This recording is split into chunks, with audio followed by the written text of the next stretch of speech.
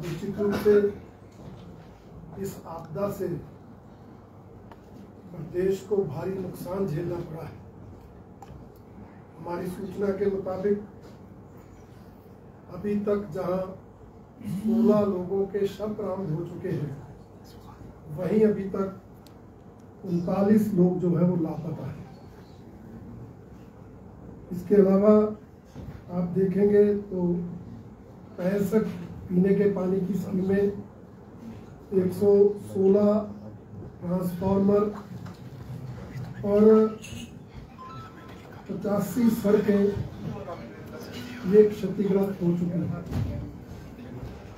इसके साथ साथ 60 घर पूरी तरह से क्षतिग्रस्त हुए हैं और 35 जो है वो पार्शियली डैमेज हुए हैं और 2 राष्ट्रीय उच्च मार्ग भी और 5 पुल भी इस आपदा के कारण, बाढ़ फटने की घटनाओं के कारण टूट चुके हैं।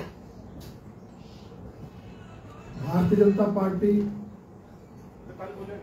आपदा की इस घड़ी में जहां प्रभावित लोगों के साथ खड़ी है, प्रदेश की जनता के साथ खड़ी है, वहीं प्रदेश की सरकार जो इन प्रभावितों के हित में काम करेगी, उसके लिए भी सहयोग देने के लिए तैयार है। जिस दिन से आपदा आई है, सरकार अपने स्तर पर काम कर रही है, परंतु भारतीय जनता पार्टी भी अपनी सामाजिक भूमिका इसमें अदा कर रही है। हमारे नेताओं ने, चाहे वो पार्टी के प्रदेशाध्यक्ष डॉक्टर राजीव बिंदल हो, चाहे प्रदेश के पूर्व मुख्यमंत्री नेता प्रतिपक्ष श्री जयराम ठाकुर, मौके पर जाकर प्रभावितों से मिलकर ढांढस बंधाने का काम, सांत्वना देने का काम किया है और कुछ राहत सामग्री वितरित करके भी उनकी सहायता करने की कोशिश की है, जो इस बात को दर्शाता है कि भारतीय जनता पार्टी हर विषय पर राजनीति नहीं करती और खासकर आपदा पर तो राजनीति करना ही नहीं चाहती, क्योंकि ऐसे समय में जब दुख मौतें हुई हो, लोगों के घरों के घर, गांव के गांव उजड़ गए, तो सरकार का सहयोग देना, प्रभावितों की मदद करना, यही हमारा धर्म है, जिसे भारतीय जनता पार्टी निभा रही है। मेरा इस प्रेस वार्ता के माध्यम से माननीय मुख्यमंत्री जी से, सरकार के कर्णधारों से ये निवेदन है कि वो सरकार की तरफ से राहत कार्य में तेजी लाए, प्रभावितों को यथासंभव सहायता देने की कोशिश की जाए और बिना कोई बहाना लिए ईमानदारी के साथ इस आपदा से निपटने का मार्ग प्रशस्त करें। मैं इतना जरूर कहना चाहूंगा कि आपदा पिछले साल भी आई थी, पिछले साल भी प्रदेश का बहुत नुकसान और सैकड़ों लोगों की मौत ऐसी ही आपदा की घटनाओं में हुई थी,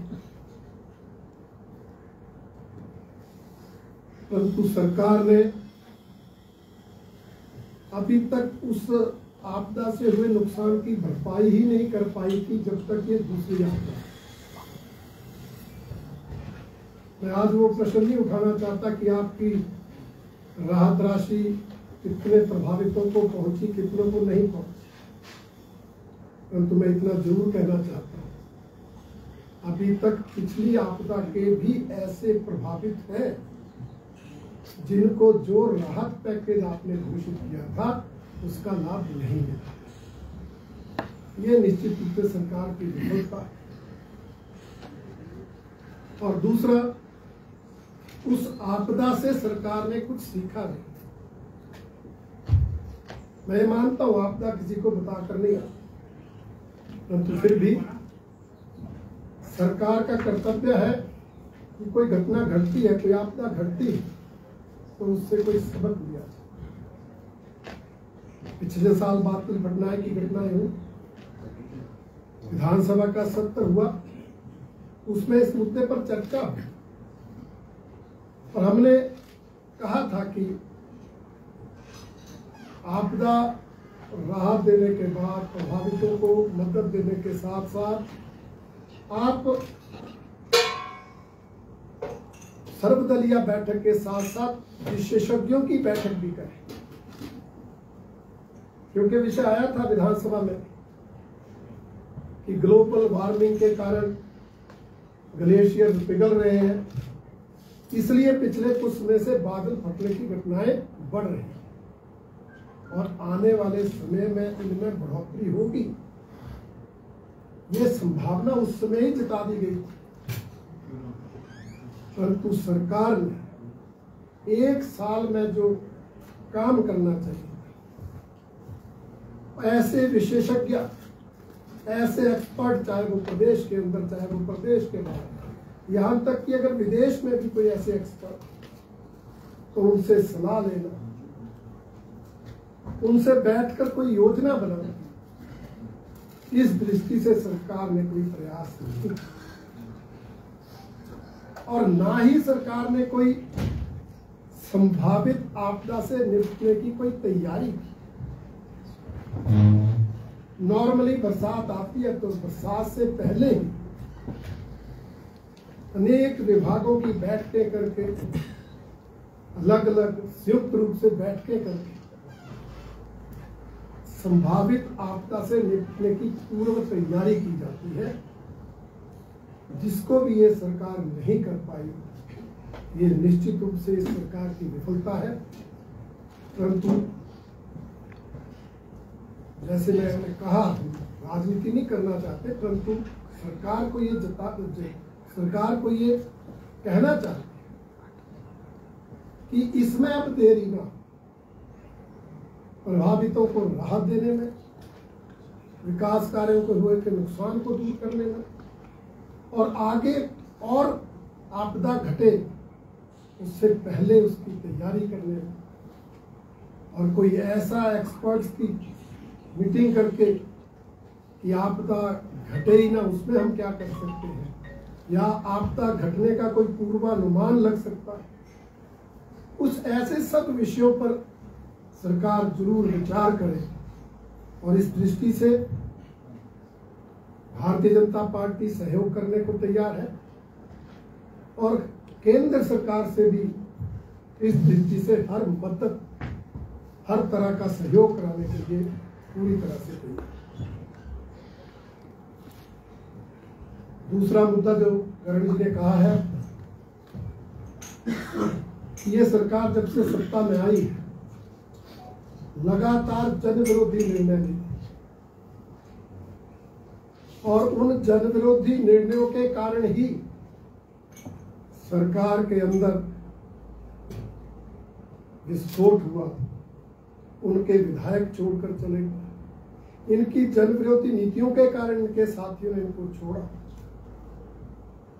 परंतु दुख का विषय यह है कि उसके बाद भी ये संभल नहीं है।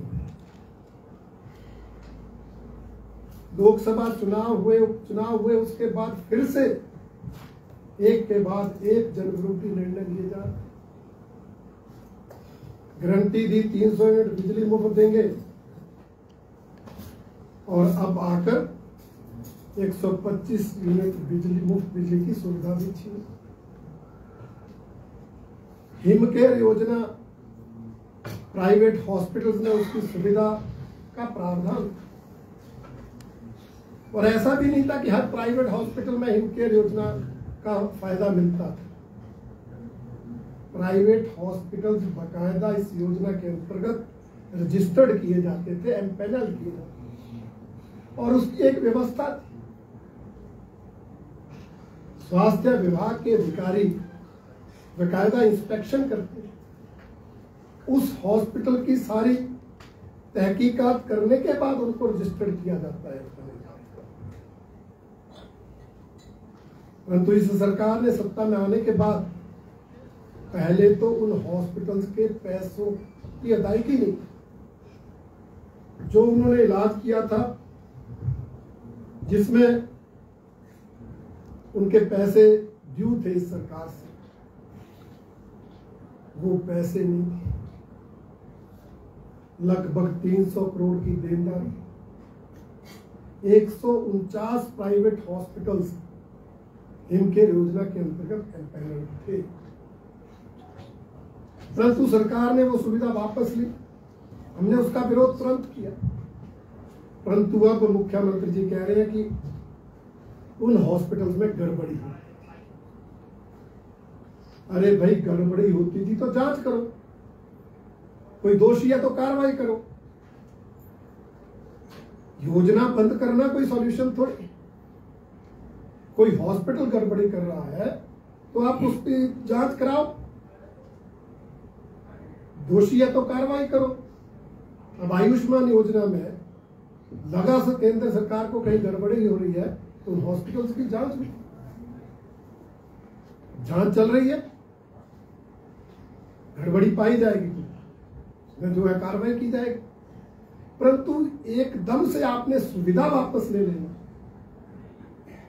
ये जन विरोधी है।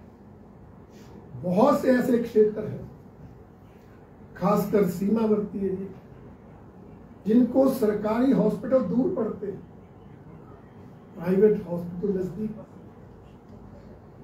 इसलिए प्रदेश की जनता से यह सुविधा छीनना सरासर जनता के साथ अन्याय है। भारतीय जनता पार्टी इसका कड़ा विरोध करती है और ये मांग करती है कि अगर किसी प्राइवेट हॉस्पिटल ने कोई गड़बड़ी की है तो सरकार स्वतंत्र है, जांच कराए, दोषी है तो कार्रवाई करे। परंतु प्राइवेट हॉस्पिटल्स को में ये सुविधा जारी रखे, ये मांग भारतीय जनता पार्टी करना चाहती है। आज तो इतने ही विषय बोले हैं करण जी ने। शांता जी ने कहा है कि सरकार की पीठ थपथपाई है कि सरकार मौजूदा सरकार अच्छा काम कर रही है आपदा के दौरान। आप कह रहे हैं कि मोदी की आगे भी सही तरीके से। बुजुर्गों का काम है बच्चों की पीठ थपथपाते हैं। रंजीत जी, आपने कहा कि आप दर को लेकर राजनीति नहीं होगी, पर आरोप ये भी लगता है कि जो आपदा के लिए राशि आई है उसका आंकड़ा नहीं बताती केंद्र सरकार कितना। देखिए, केंद्र सरकार ने पिछले साल SDRF, NDRF की अलग अलग किस्तों में 1782 करोड़ प्रदेश सरकार को दिए। ये तो विधानसभा के अंदर का जवाब है। और उसके अलावा सरकार ने कहा हमारे लोग बेघर हो गए, तो पुनर्वास के लिए 11,000 आवास प्रधानमंत्री आवास योजना अलग से दिए, जो हिमाचल के कोटे के नहीं। इन्होंने कहा हमारी सड़कें टूटी है, 274 सड़कों को प्रधानमंत्री ग्राम सड़क योजना फेज 3 में 2643 करोड़ रुपए दिया। आप जो प्रोजेक्ट रखेंगे उस पर पैसा सरकार, आप अगर बोलेंगे सीधा आपको पैकेज मिल जाए और आप उससे अपनी गारंटियां पूरी करो, तो ऐसा नहीं होगा। इस बजट में भी हमारी केंद्रीय वित्त मंत्री ने स्पष्ट रूप से कहा है कि हिमाचल प्रदेश को आपदा के कारण जो नुकसान हुआ है उसके इंफ्रास्ट्रक्चर के लिए, रिहेबिलिटेशन के लिए, पुनर्निर्माण और पुनर्वास के लिए सहायता की जाए। अब वो सहायता लेना तो प्रदेश सरकार का काम है, वो प्रोजेक्ट भेजे, DPR भेजे, हर तरह की सहायता केंद्र सरकार देने के लिए तैयार है। ये बजट के अंदर का आश्वासन। रंजीत जी, अक्सर ये देखा जाता है नदी नालों के आसपास जिस तरह से प्लान हो रहा है, जिस तरह से लोग वहाँ रह रहे हैं और जिस तरह से डंपिंग वगैरह हो रही है, तो उसके चलते लगता है आपको कुछ सख्त पॉलिसी बनाने की जरूरत है ताकि इस तरह की। बिल्कुल सख्त कार्रवाई करने की जरूरत है, सख्त योजना बनाने की जरूरत है। हमने तो पिछले साल विधानसभा में कहा, आप लोगों को याद हो कि ये खनन साइंटिफिक ढंग से हो। खनन जरूरी भी है, जो खड्डों में होता है, परंतु जरूरत से ज्यादा खनन आपदा को निमन कर देता है। परंतु सरकार ने खनन पर कोई नीति नहीं बनाई और जो नीति है उसको सही से इम्प्लीमेंट नहीं किया। परिणाम आप देख रहे हैं, मैं कुछ बोलना नहीं चाहता, फिर इन लोगों के चलान हो रहे हैं। पिछली बारी जो नदी नालों के किनारे मकान ना बने, इस पर सरकार योजना लाए, हम सहयोग देने को तैयार हैं। जनता में जन जागरण करने की भी आवश्यकता है और सरकार की तरफ से कोई ना कोई ठोस कानून, कोई ना कोई ठोस नीति बनाने की भी आवश्यकता है। सरकार पहल करे, हम साथ देने को तैयार हैं। पिछली बारी जो आपदा आई थी उसमें बीजेपी ने भी कहा था, प्रधानमंत्री ने भी कहा था कि उसमें राहत राशि में बंदरबांट हुई है। क्या बीजेपी अब उसकी केंद्र से जांच करवाएगी? देखिए, जांच तो हिमाचल सरकार को करनी है। जो राहत राशि हिमाचल को मिली, हिमाचल सरकार उसको आगे प्रभावितों को देती है। और हमने बार बार प्रश्न उठाया कि उस राहत राशि में भाई भतीजावाद हुआ है, भ्रष्टाचार हुआ है। हमने विधानसभा के अंदर उदाहरण भी दिए, सरकार ने जांच का आश्वासन भी दिया, परंतु ना जांच हुई ना कोई कार्रवाई। परंतु आज वो समय नहीं है, इसलिए हम कहते हैं जो वर्तमान समय में आपदा आई उससे सही ढंग से निपटो। जो आपके पास राहत पैकेज है उसके अंतर्गत प्रभावितों को उचित मुआवजा, उचित लाभ तुरंत दो, उनके पुनर्वास की तुरंत चिंता करो, पुनर्निर्माण के लिए शीघ्र काम शुरू करो। सिर्फ विजिट करने से ही हमारा दायित्व पूरा हो जाएगा ऐसा नहीं है, ठोस काम करने की आवश्यकता है। वो ठोस काम करने के लिए भारतीय जनता पार्टी मांग करती है। ठीक है।